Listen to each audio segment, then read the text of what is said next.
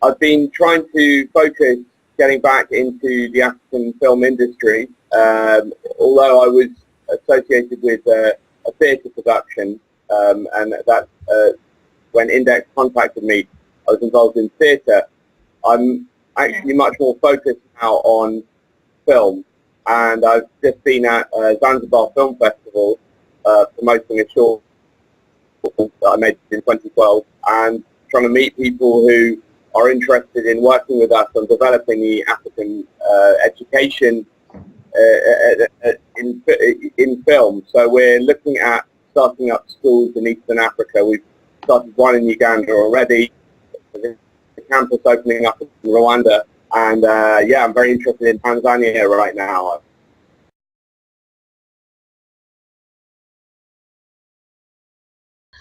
I think Tanzania at the moment is a particularly interesting country because it's been kind of ignored by the global media because it hasn't had a particularly dramatic recent history. And you very rarely hear of major terrorist incidents or wars or famines or the normal things that attract people to look at African countries happening there.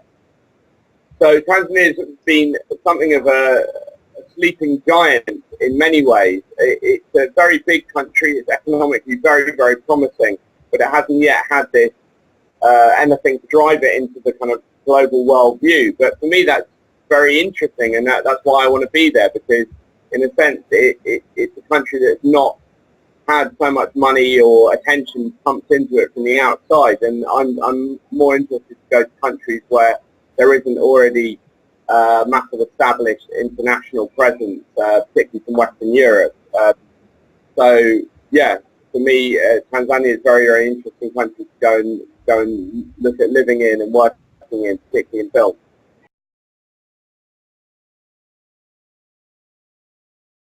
And the reason I looked at Tanzania was that it has already a very interesting local film industry, but no film schools. So I think that's something that could be really exciting to work in. In terms of censorship and things like that, I think they're currently working out their own parameters of what's acceptable. I haven't been to any of the media centres of the government yet to find out whether or not we're going to be faced with certain problems with regards to what we can and can't say. But my understanding is that Tanzania is very relaxed about those things so far. I don't think anyone's really tried to push the boundaries. I hope I'm not first again.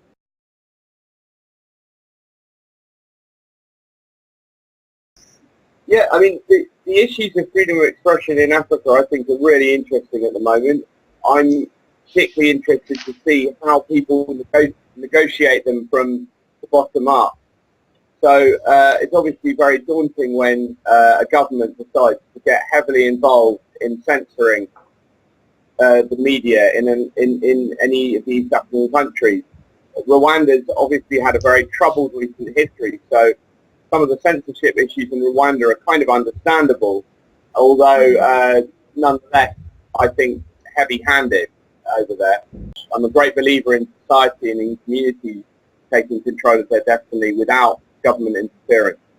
And I hope that in Tanzania we'll find a situation like that, where it's more controlled by the community.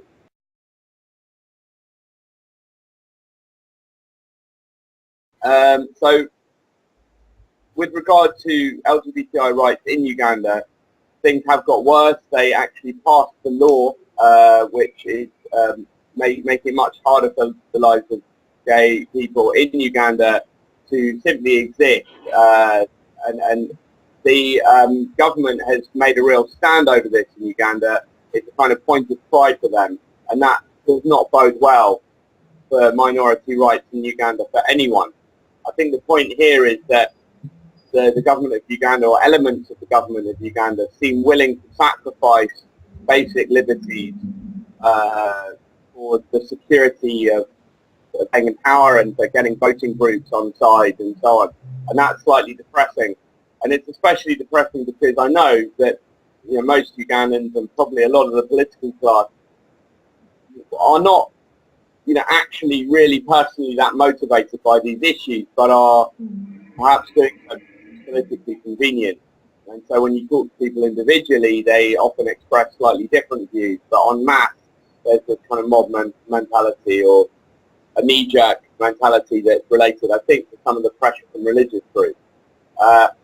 But overall, I'm still fairly confident in the future that Ugandans, being the gentle and respectful people they are as a population in the main, will not be running around lynching their neighbours. But I think that things have become harder, yes, and I think that is tragic and upsetting. But I don't think it's anything that can't be reversed as well over time.